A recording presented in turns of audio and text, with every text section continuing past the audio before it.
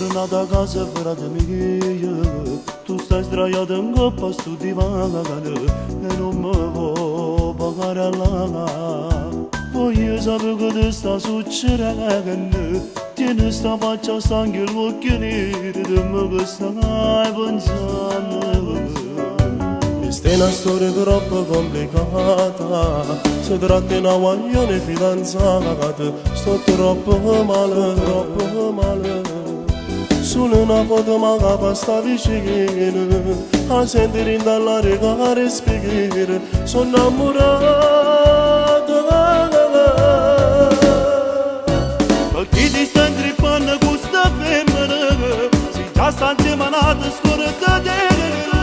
Ti prego non mi dici queste parole, tu che sei frate a me mi voglio dare. Ma capo l'occhio tiene sulle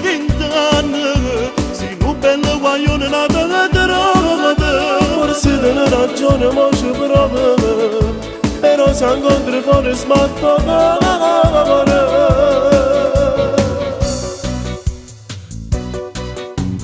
ci incontrate proprio ieri sera, stiva abbracciato in coppa motorina con il suo amore.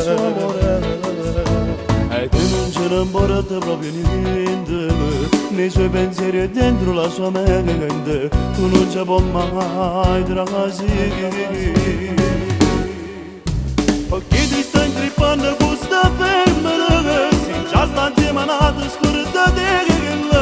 Ti prego non mi dici queste parole, tu che sei frate a me mi voglio dare. Ma capo l'occhio tiene sulle guaglione nata da te, forse te ne ragione ma ci prova, però se incontri fuori smatto sbagatto